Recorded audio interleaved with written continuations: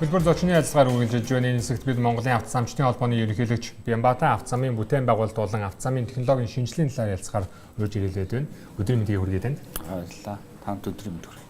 Өнөөдөр заавал технологийн, замын технологийн талаар нэлээд том өдөрлөг боллоо. Олон компаниуд оролцсон. Компаниудын хувьд ер нь ямар бодлого хүлээж авч байна? За шинэ технологиг нэвтрүүлэх сонирхол хэр харагдаж байна? За өнөөдөр бол бас бетонын замын өдөрлөг боллоо. Энийг бол манайх ерөнхийдөө зохион байгуулж, зам тээврийн яам хамтран зохион байгуулагчаар Here Equipment гэдэг компани ус ивент гिचээр оролцож ингэж явлаа.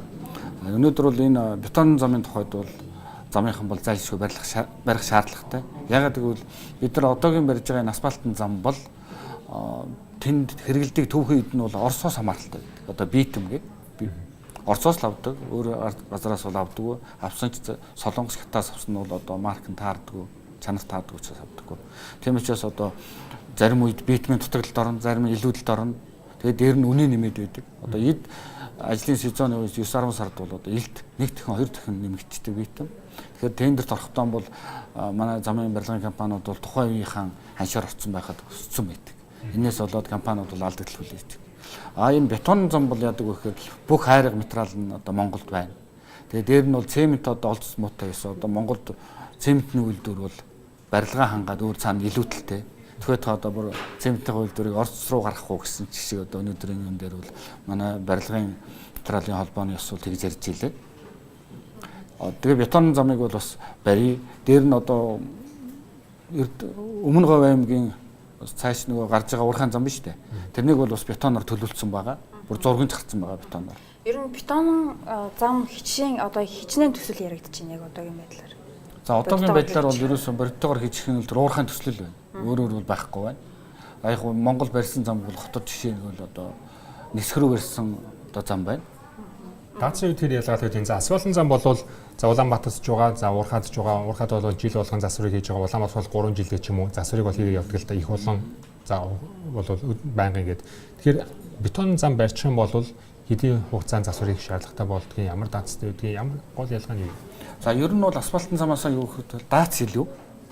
Асфальтын замаас бетон зам бол даац илүү. Дээр нь засвар арчилтын хугацаа бол арай жоо урт, эвдрэл багтаа гэсэн үг.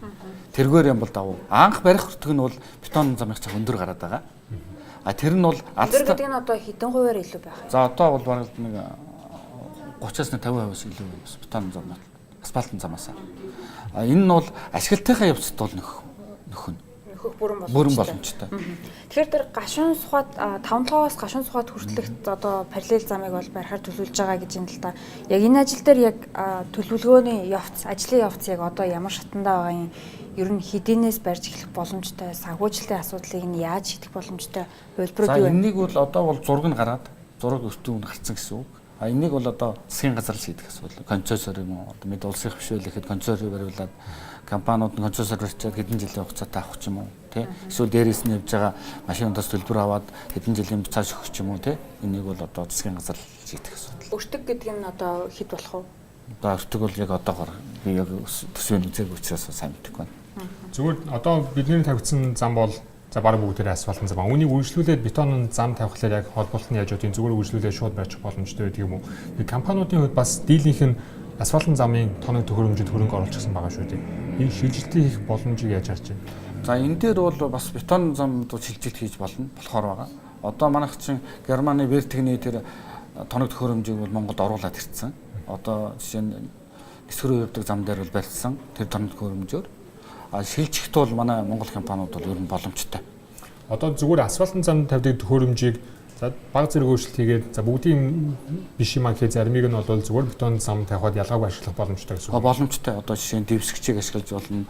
Мэдээж бетон зам чинь зөвхөн дээдлэн бетон болохоос доод суур хэмэл байгууламж энэ нь адилхан шүү дээ. Тэгээд бетон зурагч, цементний үйлдвэрүүд бол зөндөө байна. Бетон үүзэл нэмэх л асуудал.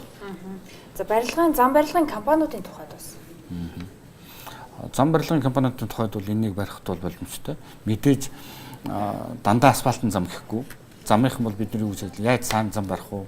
Өшөө юугаар барьж болох уу гэдгээр эрэл хайгуул хийж захад бол энэ Монголд одоо бүх материал нь байгаа юмыг материал нь байгаа зам бариул бид нар ташигтай. Цаашдаа ч гэсэн одоо энэ цементний үн буух юм уу тий? өшөө материалуудын өмнө ойроос татах буугаруул өшөөг хямдарна л гэсэн үг. Тэгэхээр шинэ зам барилгын төслүүдийг бас хараад хахад Монгол компаниудын хувьд бол концессор одоо барилгын төслүүдэд оролцох боломж яг оролцоо нь ямар хөө байна өдрийн байдлаар. Одоо концессорт ингээд зарлахаар бол мэдээж Монгол компаниуд мөнгөгүй. Тийм учраас голцоохон одоо хятад компаниуд оролцож байгаа. Энэ хятад компаниуд оролцоод байхаар Монгол компаниуд ерөөсөн оролцох боломжгүй болчихдог. Тийм учраас бид нар санхүүжилттэй холбоотойгоор. Тэгээс өөр нөхцөл байхгүй мэдээж. Тэгээд энэс бол бас манай Монголын авто цумчдын холбооноос бол яамд хүсэл тавьсан 2-3 жилийн өмнө. Одоо Монгол компаниудаа энийхээ ядадны 30% нь ажилтаа болгооч. Тэ? Хятад компани орсон байхад Монгол компани 30% нь ажиллуулаач гэсэн шаардлага тавьсан. Үүний дагуу бол бас зам тээврийн яам хүлээж аваад бол одоогийн энэ хурдны зам гэдээ барьж штэ. Хэсгээс цааш нь шинэ нисэх буудлын руу энэ дээр ажиллаж байгаа зам дээр бол 30% нь ажиллаж байна. Завхны досон цэнгэлд ажиллаж байгаа 143 км ч 30% нь ажиллаж байна. Баян хонгор аймгаас цаашаа Байдргийн гүр хүртэлх 128 км-т бас Монгол компаниуд 30% нь ажиллаж байгаа. Цаашдаа бол бас энэ компаниуд ярьж байгаа дээр нь гадны хөрөнгө оруулалт хийж буцаал тэр мөнгө аваад гараад авчих. Өшөө энийг нэмэх талаар одоо гэсэн компаниудаас санал ирж байгаа. Яг 50% юм уу 40% нь болгооч. Одоо нэмэх гэхээр санхүүжилтийн асуудлыг нь яаж шийдвэрлэх хөлбөрүүд байгаа юм? Нэмэхт бол энэ мөнгө хамаарахгүй шүү дээ. Яг тэгвэл тэр компани одоо 100% мөнгө оруулж хийж байхад нь тэрний 30% нь л ажлыг хэлэх байхгүй. Тэр хятадын мөнгөөр Монгол компани ажиллаж байнаас.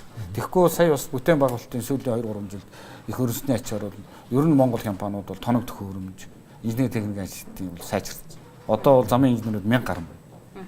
Тухайн үед бол их цөөхөн байсан шүү дээ. Одоо 2-300 хүн байсан. Одоо бол 1000 инженертэй болсон. Инженерийн хүрэлцээ сайн. Тоног төхөөрөмж бол компаниуд бол сайжирсан юм.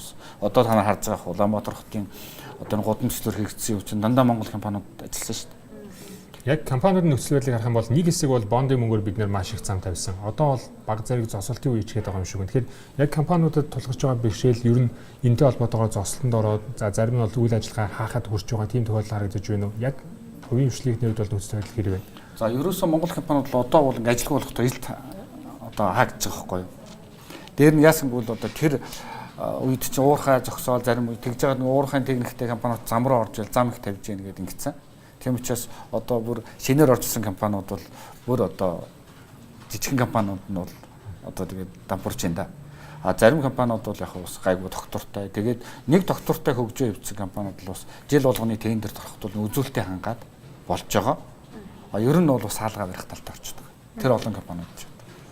20 жилийн төлөвлөгөөнүүдийг харах юм бол за байгаа компаниудаа бас хаачлаггүй ер нь авч явах хууц хэмжээний шин төслүүд хэрэгжихээр байна. Хэдийн хэмжээний замыг тавихаар харагдаж байна. Ирэх 5 жилийн төлөвлөгөөг харах юм бол үүнд яг ер нь хэдэн компани яг үйл ажиллагаа явуулаад хангалттай ашигтай ажиллаад байж чадах хууц харагдаж байна. За одоогийн зам барих бол мэдээж бид нар алтан булгаас наашаа барих гэж байгаа зам яригадаад байгаа. Энд оролцвол мэдээж Монгол компаниуд оролцох бол боломжтой. Дээр нь бол одоо Монгол компаниуд бас тэр болгон их одоо шинээр нэмэгдэх нь гайгүй баг. Хуучин одоо үндсэн компаниуд нэлээд өөрснийхөө боловсон хүчин техникэд өсөө сайжруулах, өрсөлдөх байх гэсэн харагдаж байна. Ер нь яг хэдэн компани орон зай байна зах зээлд маань. За ер нь бол зах зээлд нэг одоо тусгай шүүр дээр 500 гаруй компани гэдэг. Тэрнээс бол одоо яг жин тавиад ажиллаж байгаа нэг 50 компани байна. 50-60 компанид бол эргэлдэв. Яг хөө бас жижиг одоо явган зам хийгээд ингээд явж байгаа компаниуд бол байгаа. За тэгэхээр бас цаг гарган бидний урилгыг хүлээн авч студиуд ирж ярилцсан танд маш их баярлалаа. Баярлалаа. За